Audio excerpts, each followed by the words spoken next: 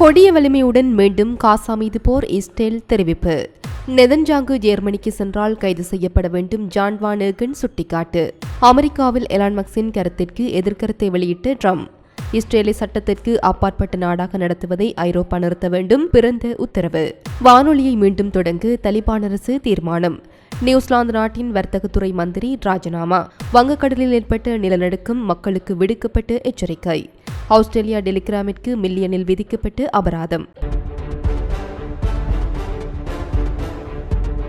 620 பாலஸ்தீன கைதிகள் மற்றும் கைதிகளின் விடுதலையை சனிக்கிழமை ஒத்திவைக்கும் இஸ்ரேலின் முடிவுக்கு தனது மத சியோனிச கட்சி பொறுப்பு என்று தீவிர வலதுசாரி நிதியமைச்சர் பெசலெல் ஸ்மோட்ரிச் கூறியதாக தி டைம்ஸ் ஆப் இஸ்ரேல் தெரிவித்துள்ளது. காசா மீதான போரை இஸ்ரேல் மீண்டும் தொடங்க வேண்டும் என்று அழைப்பு விடுத்துள்ள ஸ்மோட்ரிச், ஹமாஸுடனான போர் நிறுத்த ஒப்பந்தத்தை எதிர்த்த போதிலும் அரசாங்கத்தில் நீடித்ததன் மூலம் தனது கட்சி சரியாக செயல்பட்டது என்றுதான் நம்புவதாக செய்தியாளர்களிடம் கூறினார். சனிக்கிழமை இரவு 600 பயங்கரவாதிகளை விடுவிக்க வேண்டாம் என்ற முடிவு முடிவெடுப்பதில் எங்கள் செல்வாக்கு மிகப்பெரியது என அவர் குறிப்பிட்டுள்ளார். இஸ்ரேல் அரசு முழு பலத்துடனும் வேகத்துடனும் கொடிய வலிமையுடனும் மீண்டும் போரிடும் வரை பூமியில் தங்கள் நேரம் குறைவாகவே உள்ளது என்பதை ஹமாஸ் நன்கு அறிவார். அது அவர்களை மூழ்கடித்து அளிக்கும் என அவர் குறிப்பிட்டுள்ளார். முன்னதாக கைதிகள் விடுதலை நிறுத்த நெதன்யாகு எடுத்த முடிவு நாட்டின் பாதுகாப்பு நிறுவனங்களின் தலைவர்களின் பரிந்துரைக்கு எதிராக வந்ததாக இஸ்ரேலிய ஊடகங்கள் செய்தி வெளியிட்டன.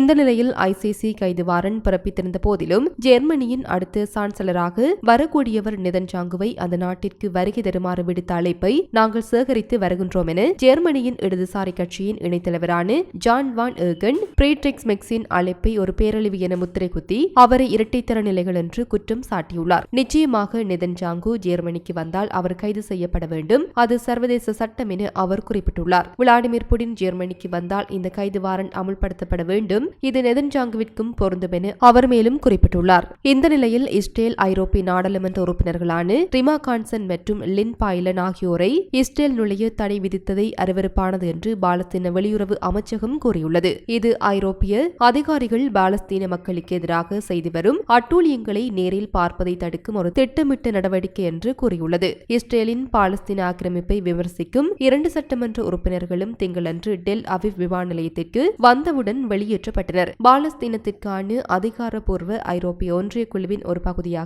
பயணம் செய்ததாகவும் இஸ்ரேலுக்கு இறையாண்மை இல்லை என்றும் ஆக்கிரமிக்கப்பட்டு பகுதிக்குள் நுழைவதை மறுக்க எந்த சட்டபூர்வ உரிமையும் இல்லை என்றும் கூறியது. இந்த ஆத்திரமூட்டலுக்கு ஐரோப்பிய பாராளுமன்றமும் ஐரோப்பிய ஒன்றியமும் தீர்க்கமாக பதிலளிக்க வேண்டும் என்று நாங்கள் கேட்டுக்கொள்கிறோம் என அமைச்சகம் குறிப்பிட்டுள்ளது. இஸ்ரேல் அதன் செயல்களுக்கான விளைவுகளை எதிர்கொள்ள வேண்டும். ஐரோப்பிய பாராளுமன்றம் இஸ்ரேலிய பிரதிநிதிகளை அதன் வளாகத்திற்குள் நுழைவதை தடுப்பது உட்பட பரஸ்பர நடவடிக்கைகளை விதிக்க வேண்டும். ஐரோப்பா இஸ்ரேலை சட்டத்திற்கு அப்பாற்பட்ட நாடாக நடத்துவதை நிறுத்த வேண்டிய நேரம் இது. முன்னதாக இஸ்ரேலிய உளவுத்துறை அமைச்சகம் காசனை தடை செய்வதாக கூறியது. ஏனெனில் அவர் இஸ்ரேலுக்கு எதிரான புறக்கணிப்பை ஊக்குவிக்க தொடர்ந்து செயல்படுகின்றார்.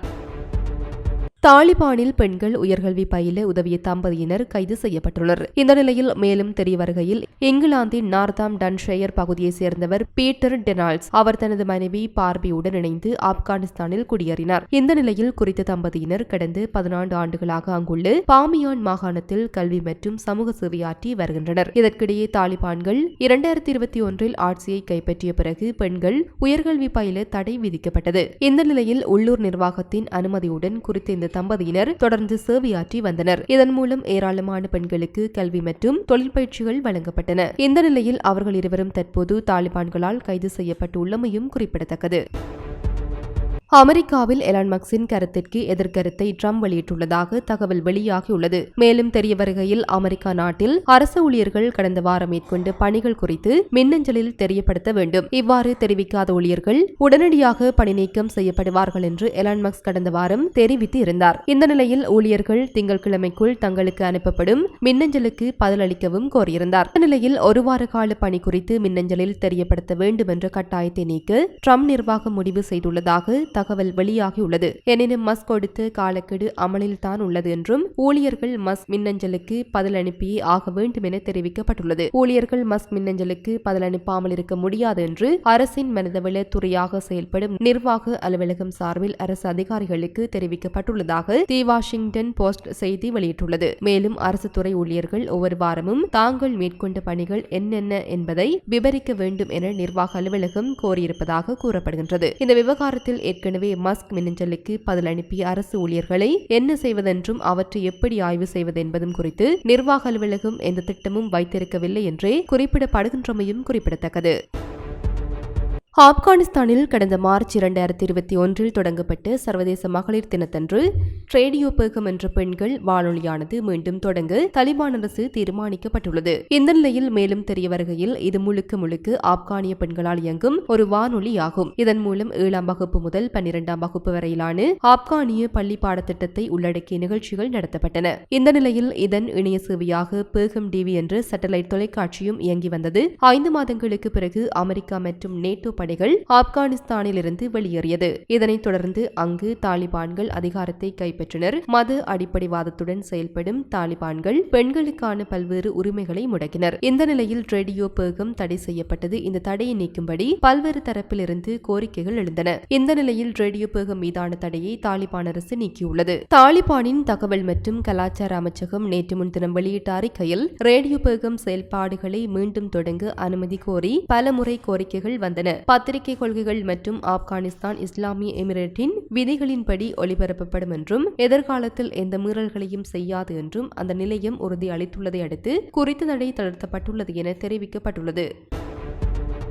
ஆஸ்திரேலியாவின் சுயாதீன ஆன்லைன் பாதுகாப்பு ஒழுங்குமுறை ஆணையகம் 5 மாதங்களுக்கும் மேலாக அதன் வெளிப்படைத்தன்மை அறிக்கைகளை வழங்குவதில் தாமதம் செய்ததற்காக டெலிகிராமுக்கு கிட்டத்தட்ட $1 மில்லியன் அபராதம் விதித்துள்ளது. சம்பவம் தொடர்பில் மேலும் தெரிய வருகையில் நாட்டின் ஆன்லைன் பாதுகாப்பு சட்டத்தின் கீழ் தங்கள் ஒழுங்குமுறை இணக்கத்தை அளவிடுவதற்காக Meta, WhatsApp, Google, Reddit, X மற்றும் டெலிகிராமிலிருந்து வெளிப்படைத்தன்மை அறிக்கைகளை eSafety கடந்த மார்ச் மாதம் கோரியிருந்தது. இந்த நிலையில் ரெடிட் மற்றும் டெலிகிராம் ஆகியவை சிறுவர்கள் பாலியல் துஷ்பிரயோகம், பயங்கரவாத மற்றும் வன்முறை தீவிரவாத உள்ளடக்கத்தை கண்டறிந்து எதிர்கொள்வதற்கான அவர்களின் நடவடிக்கைகள் மற்றும் அதன் நேரடி ஸ்ட்ரீமிங்கை தடுக்க தளங்கள் எடுக்கும் நடவடிக்கைகள் குறித்து குறிப்பாக கேட்கப்பட்டது. eSafetyயின் தகவலின்படி மற்ற தளங்கள் கட்டுப்பாட்டாளர் நிர்ணயித்து 6 மே காலக்கெடுவிற்கு இணங்கினாலும் டெலிகிராம் அக்டோபர் 13 அன்று மட்டுமே பதிலளித்தது. காலக்கெடு முடிந்து 5 மாதங்களுக்கு மேலாக ஆன்லைன் செய்தியிடல் தளம் வெளிப்படைத்தன்மை அறிவிப்புக்கு இணங்கவில்லை என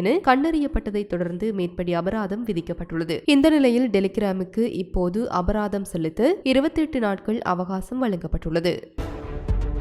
நியூசிலாந்தில் வர்த்தகத்துறை மந்திரியான ஆண்ட்ரூ பேலி தனது மந்திரி பதவியை ராஜினாமா செய்வதாக அறிவித்துள்ளார். அதே சமயம் எம்பியாக அவர் தொடர்வார் என அரசியல் வட்டாரங்கள் கூறுகின்றன. சம்பவம் தொடர்பில் மேலும் தெரிய வருகையில் நியூசிலாந்து தேசியவாத கட்சி தலைமையிலான ஆட்சி நடைபெறுகின்றது. அங்கு வர்த்தகத்துறை மந்திரியாக பதவி வகித்து வருபவர் ஆண்ட்ரூ பேலி. கடந்த அக்டோபர் மாதம் தலைநகர் வெலிங்டனில் வணிகர்களுக்கான மாநாடு ஒன்று நடைபெற்றது. இதில் கலந்து கொண்டு ஆண்ட்ரூ பேலி வணிகர்களுடன் உரையாடினார். இந்த நிலையில் குறித்த கூட்டத்தில் இருந்து ஒரு நபருடன் அவருக்கு வாக்குவாதம் ஏற்பட்டது. இதனால் ஆத்திரமடைந்த ஆண்ட்ரூ அந்த நபரை அவதூறாக விமர்சித்தார். அவரது இந்த செயலுக்கு கடும் எதிர்ப்புகள் கிளம்பின. இதனையடுத்து அவர் பகிரங்க மன்னிப்பு கோரினார். எனினும் எதிர்க்கட்சிகள் தொடர்ந்து அவரை விமர்சித்து வந்தன என்பதும் குறிப்பிடத்தக்கது. வங்கக்கடலில் இன்று காலை 6:10 மணியளவில் நிலநடுக்கம் ஒன்று ஏற்பட்டுள்ளது. இந்த நிலநடுக்கமானது டிக்டர் அளவுகோலில் 5.1 பதிவாகியுள்ளதாக தெரிவிக்கப்பட்டுள்ளது. இந்த நிலையில் மேற்கு வங்காள தலைநகர் கொல்கத்தாவிலிருந்து 340 கிலோமீட்டர் தொலைவில் வங்கக்கடலில் 91 கிலோமீட்டர் ஆழத்தில் இந்த நிலநடுக்கம் ஏற்பட்டுள்ளதாக தெரிவிக்கப்பட்டுள்ளது. எவ்வாறு இருப்பினும் இந்த நிலநடுக்கத்தால் எவ்வித பாதிப்பும் ஏற்படவில்லை எனவும் இதனால் சுனாமி எச்சரிக்கை எதுவும் விடுக்கப்படவில்லை எனவும் தெரிவிக்கப்பட்டுள்ளது. இது போன்ற பல செய்திகளை தெரிந்து கொள்ள நம்முடைய சமூக மீடியா யூடியூப் சேனலை சப்ஸ்கிரைப் செய்து அருகில் உள்ள பெல் பட்டனை கிளிக் செய்யுங்கள். மேலும் செய்திகளை உடனுக்குடன் தெரிந்து கொள்ள சமூகமீடியா.com என்ற இணையதளத்தின் வாயிலாக எங்களுடன் இணைந்திருங்கள்.